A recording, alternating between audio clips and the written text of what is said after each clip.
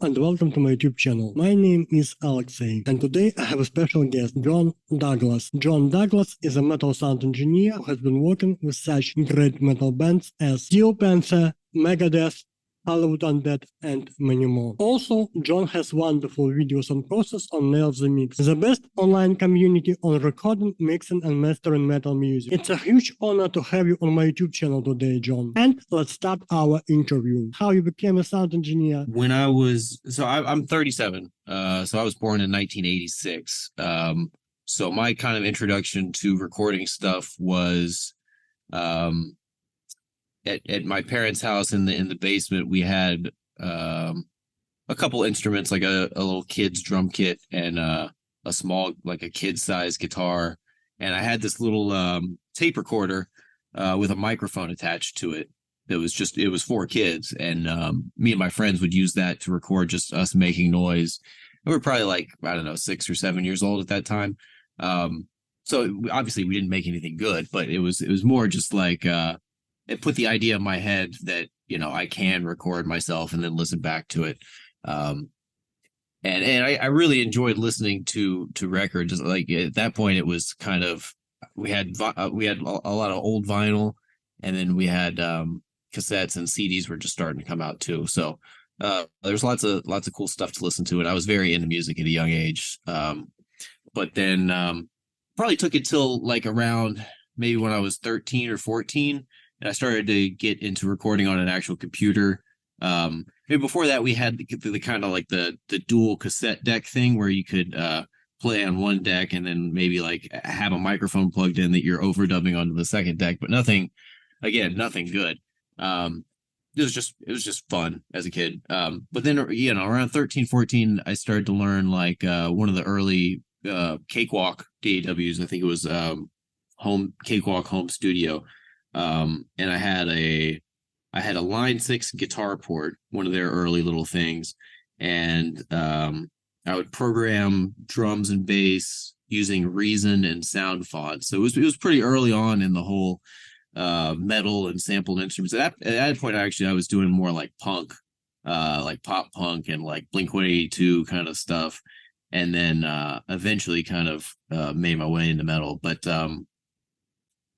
yeah, so I started messing around with it in around 13 or 14, just messing around with recording my own ideas on the computer. And I was already back then, like I had already found Guitar Pro as a way of kind of learning songs. So I would download tabs, and then sometimes I would try and like record a cover or write my own thing in Guitar Pro and then record it in Cakewalk. Like I would program the drums in Guitar Pro and then export that into Reason and get the drums out and then dump that into the DAW. So it was already, now that I think about it, it was already kind of I don't know, a lot of steps kind of advanced for that point. But I mean, you did what you have. That's the only way I knew how to get program drums and program bass at the time. So and then I'd say maybe when I was like 16 or 17 was my first exposure to like a professional recording environment. I think one of my parents knew somebody who worked at a recording studio in Atlanta. It was actually a kind of a famous recording studio. Some of the Stone Temple Pilots records that were recorded in the 90s were recorded there. There's a bunch that I'm forgetting. Maybe a lot of like the 90s US rock stuff was coming out of there at one point. Like even a Mastodon record came out of there. Anyway, I went and kind of met some of the engineers who worked there, and it was, they had I don't know, 6 to 8 engineers working there on just like a weekday, in a pretty big full featured studio. So I'm really glad I got to see that at a young age, like the professional environment, and especially at that point when studios were still making more money. It was before Napster and before MP3s and all that, or maybe that was just like when MP3s were starting to get popular. But anyway, one of the things that talking to those guys did, they really wanted to make sure, like, hey, that's great that you're into recording and that you like music and stuff, but the reality is that if you choose to make this your job, you're not going to make much money. You're going to work really long hours, and it's not very glamorous. But you know, if this is the environment that you actually want to be in, then you can do it. You know, it just takes a whole lot of work, and there's not a whole lot of magic to it. And honestly, that was a kind of a reality check for me. Because I probably at that age, I kind of thought it was a little more magic and happy and just hanging out and having fun than it actually is. And I think at the time when they told me that, I was kind of, it gave me some second thoughts. I'm like, I don't know, if maybe I should just get like a normal job and make a bunch of money and just do this as a hobby on the side. But then when it came down to it, when I actually finished high school and was looking at going to college, the conversation I had with my parents was kind of like, if you want to pursue this music thing, you could do it, but you should probably get like a degree, like a real computer degree, and not like a music degree, because it's not really a guarantee of any kind of job at that point, and it's really not a guarantee of any job now. But so I did that, and then during when I was in college, I kind of practiced recording a lot, and by the time I got out, I was able to hang out with some bands, local bands in the area, friends bands, and you know, play them the demos that I was working on, and then try and get them to let me work on their stuff and try and like mix it for them or edit their drums and that kind of stuff, especially the drum editing, which is how I kind of got. I felt like that was a skill that not that many people. I didn't really know anybody else personally who could edit drums. So when the opportunity, when I found out that Eyal was moving down to Florida and working down there and building a studio, I was just like, well, I've been editing drums. I can help you with that if you need it.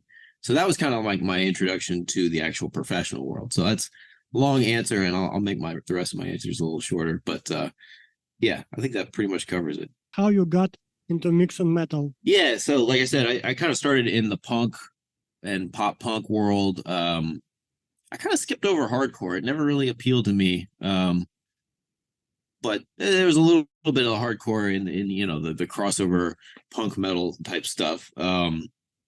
One of the early bands that I got into that actually had screaming in it was like Avenged Sevenfold, and then like In Flames and Killswitch Engage.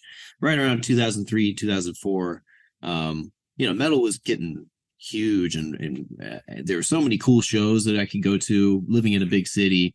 You know, I got to see all those bands that I really enjoyed, and so that was great. And then I think the other part of it that got me more into like wanting to pursue metal as a more serious thing was just compared to doing the other kinds of musics that I had tried writing and recording. I found that metal had a lot more room for doing crazy stuff with the instruments. You know, like I said, I would go download Guitar Pro tabs and kind of learn that songs that way. And all the punk stuff is pretty easy. You can just kind of like sight read it for the most part. If you're a decent guitarist, there's a lot of power chords and just, you know, occasionally a melody, but nothing too difficult. But then I would just be browsing around the site and download like a Racer X tab or a Malmsteen like Black Star tab. And I didn't know the song, so I'm just listening to the MIDI version of this and be like, people actually play that? That's insane. So then I would go look up the actual song and listen to, you know, Racer X or whatever, and be like, okay, that's crazy. That's so much more information that's coming at you every second than the punk stuff, which I still have like I have a fondness in my heart for the just stripped down rock and roll. But yeah, I tend to be the kind of person who likes to cram as much stuff into the songs as possible, and metal really allows for that. So I think that's one of the things that really draw me to mixing it, or just being involved in whatever music that I'm listening to is what I want to work on. So that's kind of how I got into working on metal. So my next question is how to do mix preparation in the right way. It's a good way to put it. The right way is, I think, the thing that a lot of people get hung up on.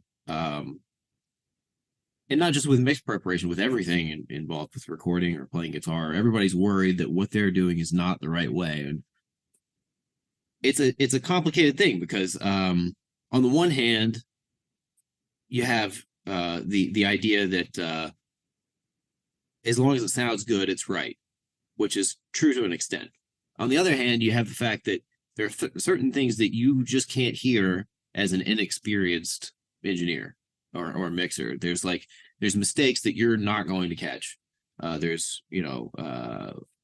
whatever things about the feel that could be improved that with some more experience that you would hear, or one of the things for me lately has been I've been able to pick out more of like the whistly hissy resonances, and like when I'm EQing guitars, stuff like that.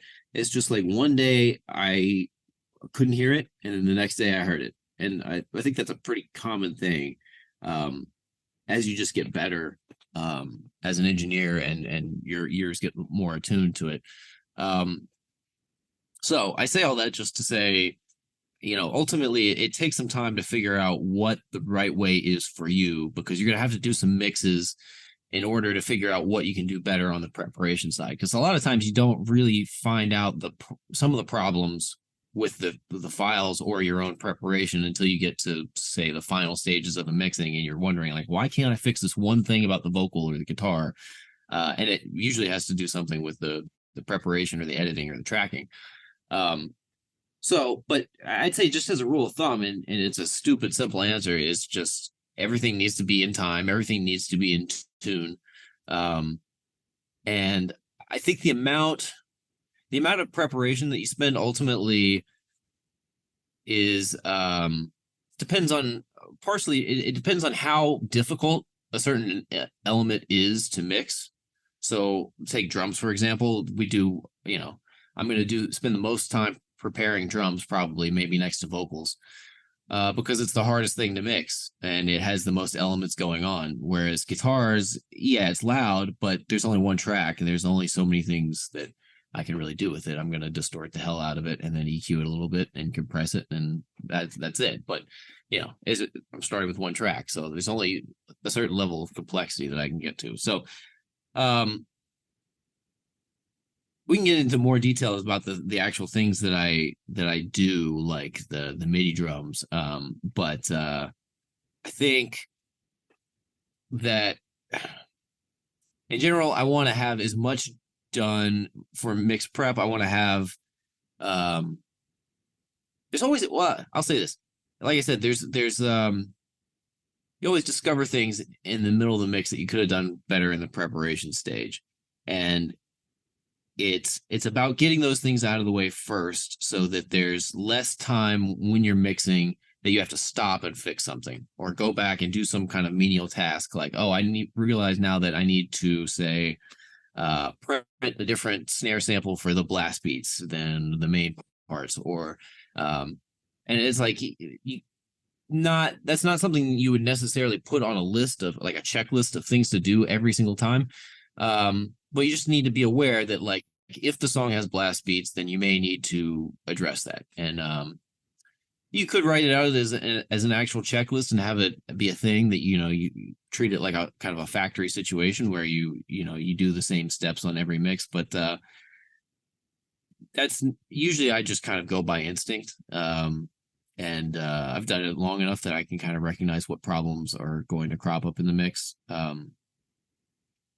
So yeah, anyway, I spend most of the time on drums and vocals because they have the most tracks, and then beyond that, it's just checking for any editing problems, timing, tuning, that sort of stuff. How important creating MIDI drums in live metal session? So I use the MIDI for two different things usually, and it depends on whether I have live drums or not.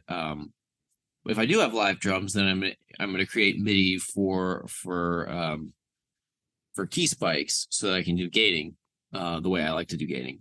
But for just laying samples and augmenting live drums, it kind of depends on the genre. If we're talking metal, then pretty much almost all the time I'm blending in some kind of drum samples with the original sound. And what samples I pick and how loud they are kind of depend on how well the live drums were tracked. So I may you pick more samples to use in a song that wasn't recorded as well. I also may print more samples for a song that has more different styles of stuff, like we're talking about with, if it has a bunch of blast beat sections, but then it also has heavy halftime breakdowns or something like that. I may need some different snare samples for those different sections. So I guess the answer is varies, but I would say the most important things for me lately have been getting kind of a basic, some kind of solid kick sound that I can always rely on the low end. If if the natural kick doesn't have a completely solid, consistent low end, then I can just kind of replace the low end with the sample and be done with it.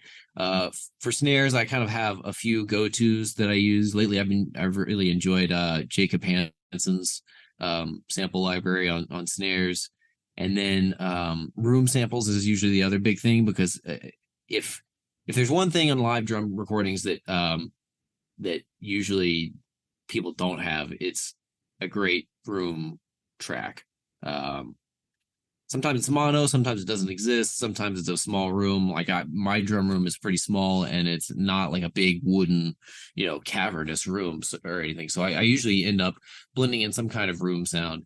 I guess the exception would be if it's kind of like a playthrough situation. You don't really want to make it sound fake, or at least I don't. I see a lot of social media clips where the drums sound clearly fake, and it's just like, I'm not into that. So yeah, but it's all about doing it tastefully. So I have my favorites for that I think help me make a balanced mix, and it varies from session to session. Sometimes, like I said, but I'll try to use the most or as much of the live drum sound as I can, obviously.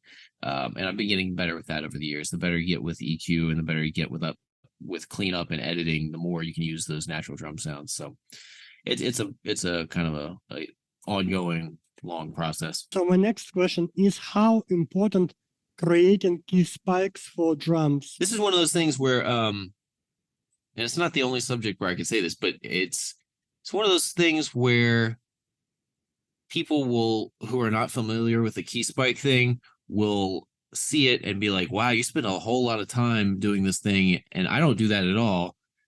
And maybe they don't really hear the difference between their mix and my mix on that kind of a level. It's like, seems like a waste of time to them. But for me, so part of it is a lot of the plugins that we use when we're working on drums rely on transient detection. And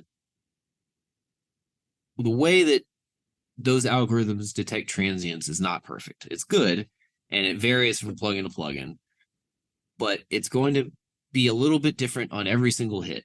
And I don't like that. So I want it to be as consistent as possible. And if you actually go through and say, if you line up a MIDI note or MIDI notes with drum hits on a live kit for, let's say, a kick drum, for example, and you make sure it's as, consistent phase wise from hit to hit as you can, and then you print a kick sample with that and listen to it with the original, and you compare that to the same kick sample printed through some automated system like Trigger, which is great, but ultimately is never going to be quite as accurate as this method.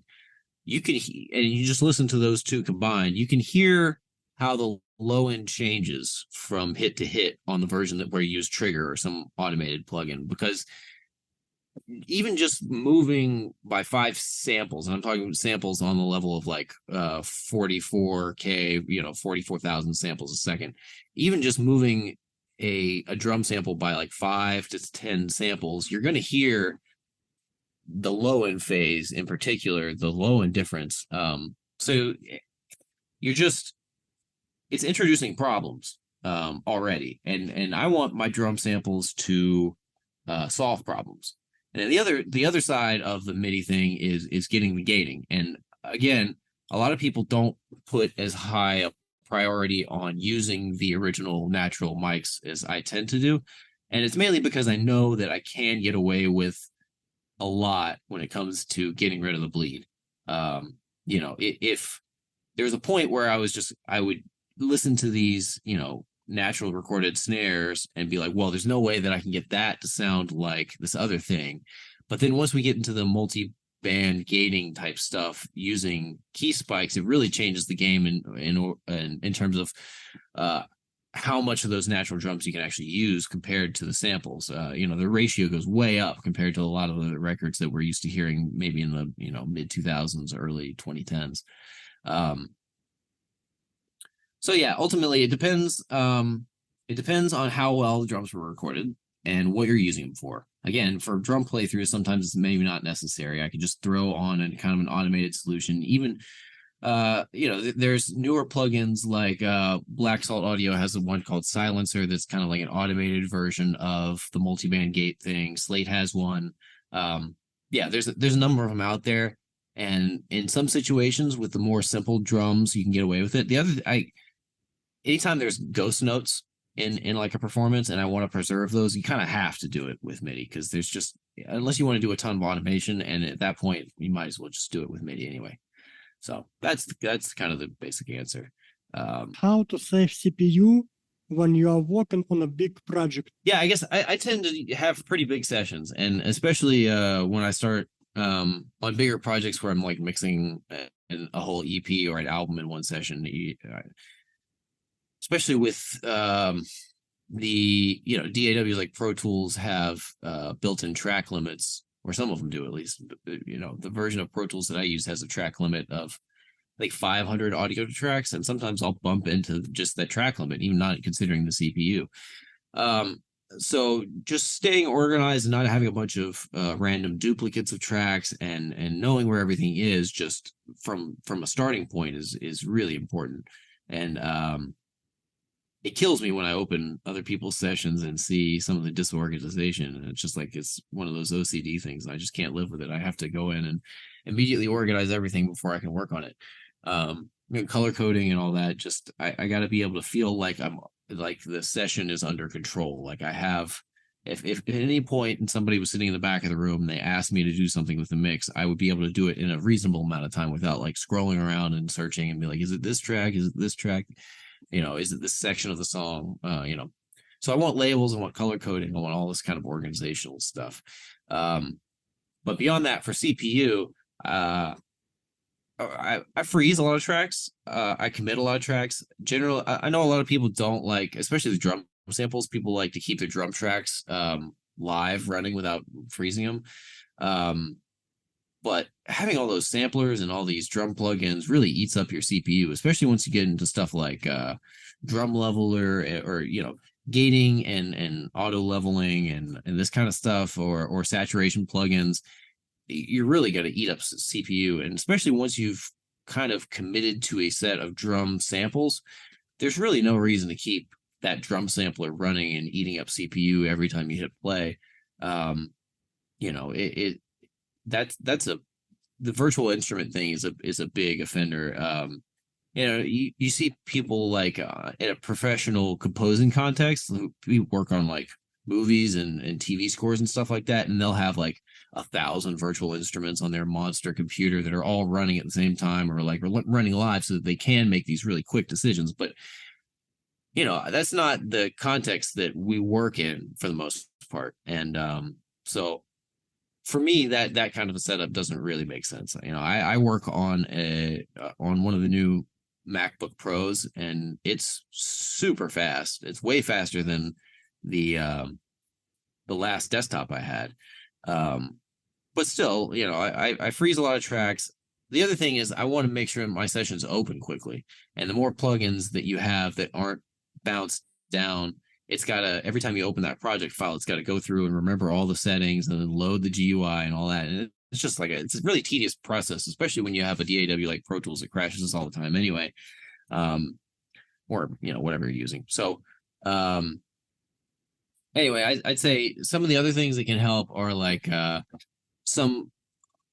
think most of the DAWs at this point have the feature where if there's no actual audio on a track at a certain point, it will stop processing CPU for that that part of the track until it gets to the next chunk of audio, which is a simple idea, but it does save a lot of CPU rather than, if you have a mix where you have, a bunch of blank space that's actually committed into a file, that can just be eating up CPU for no reason. So I like to strip all that silence out, even though it doesn't look particularly attractive on the screen. It looks much nicer to have a bunch of files that are exactly the same length, but if you chop them up, it will save a lot of CPU. And then the other thing I guess I've been trying to do in general is save the final limiter when I'm mixing to the very end. So usually the end of my mastering chain usually looks like so there's a couple of the ozone modules, like the exciter and the stereo width thing, and then I use the submission audio flatline to do some clipping before the final ozone maximizer. And with the new version of flatline actually has a limiter that you can switch in too. So usually what I've been trying to do lately is just leave the last instance of ozone off until the last 5-10% of the mix, and just use the limiting and clipping mode on flatline, which uses a lot less latency, a lot less CPU. If I enable that last ozone maximizer, then the delay compensation on Pro Tools can't compensate, at least like the final track that it's printing to. I don't think it affects the mix that I'm printing at all, but less latency is better, and less CPU is better. So that's, yeah. If you can avoid having some kind of super heavy, intensive mastering plugin until the very end, I would recommend that. When should you use a sidechaining? Yeah. So I guess the very simple answer is whenever you need information. If you're working on a track and you need information from another track in order to solve some kind of problem with the track that you're working on, if we're talking about volume automation in particular, like ducking. Usually what I end up doing is put, so I'll have a kind of a folder subgroup for each of my main instruments, like drums, guitar, vocals, and each one of those will have a instance of the plugin track spacer, and I have the main knob that controls how much ducking is going on, linked on all of the plugins, so that I can just, with one mouse movement, I can control how much ducking is going on all of the main instruments. And usually that's just except drums. So usually that's ducking out based on what the drums are doing on all the other instruments. So that's one of the main ways that I use sidechaining. Beyond that, it's mostly just for solving problems. Like with the multi-band gate thing, I can sidechain to a key spike in order to get really accurate gating. But off the top of my head, I don't think there's any other situations where I'm always using sidechaining. There's some, again, creative uses, like if I need to match EQ something, I might use the sidechain. But mostly it's just and occasionally there are creative uses like that where I can solve a problem using sidechaining, and that's always cool. So it's, I guess, from a technical perspective, it's just about pulling data from another source in order to solve a problem. And my final question in this case, should you create buses for the instruments in every mix? Right. So I tend to go for something like maybe a total of like 8 main groups that everything is going through. So it's usually like drums, percussion, bass, guitar rhythm, guitar lead, vocal, keys. I think that's about it. And then all of those except for vocals go into an instrumental bus, or an instruments bus, which has another track spacer that takes out, which ducks based on what the vocals are doing. So that's the big top down, and then all that stuff goes to my mastering bus. So that's kind of the top down view of the structure that I like. I would say in terms of creating buses, like I've seen the thing where a lot of people, similar to the composer thing, they'll have these templates where they have 1 million buses pre-set up. And I think in most of those cases, the idea is they want to be able to import tracks that they're sent from somebody else to mix, and immediately, without having to create new instrument buses, already have places to send those raw tracks to. And then maybe those buses already have some plugins on them for that specific purpose. Maybe not. Maybe it's just for a way to route things from, say you get 80 to 100 tracks to mix. Maybe you can route those down into something reasonable, like 48, something that would actually you could pull up on a large scale console. That seems to be like a reasonable number for me. For as far as the actual number of faders that you want to be messing with in a mix. And like I said, the more you can comp it down to something simple, and be able to control things from a big picture perspective, the better your mix is probably going to be, because you'll be able to make decisions quicker and have more of an impact on each of those decisions. Where I think one of the problems that people run into is if everything is separated and there's no busing, or there's minimal busing, then when you encounter a problem later on in the mix, or you have a mix note that says, we want all of these type of guitars, all of the lead guitars to come down, and you don't have one way to just pull it down immediately, it's just those kind of problems compound to where they eat up a whole lot of your time and make for a whole lot of complexity when you don't really need it. I've been there. Like my kind of instinct as an engineer when I was younger was to overcomplicate everything, and I've learned that the quality of my mixes goes up the more I simplify things down. And again, I always feel like when I'm mixing, it is kind of, I guess, a side note, but like when I have people come in and we mix in person, or I'm mixing over Zoom or something like that, I'm always happy to do that and get feedback in real time. I think that's great. It's a great way to kind of hone in on the end of the process and make sure the mix is exactly the way the artist wants. But I need to get the mix to a point where I can control it quickly like that.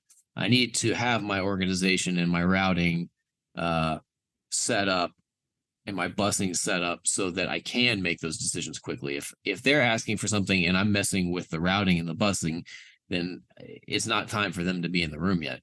So that's kind of the bottom line, is like, it's about how much control you feel like you need over your session in order to make decisions quickly and effectively without running up against things like, honestly, one of the things that I think is maybe more of a problem than the busing itself in these sorts of situations is putting compressors on the buses, because then every time you do these automations, volume automations on the individual tracks, it's bumping up against these bus compressors, and you're not having as much of an effect as you think you're having when you bump something up by 3 dB or down by 3 dB.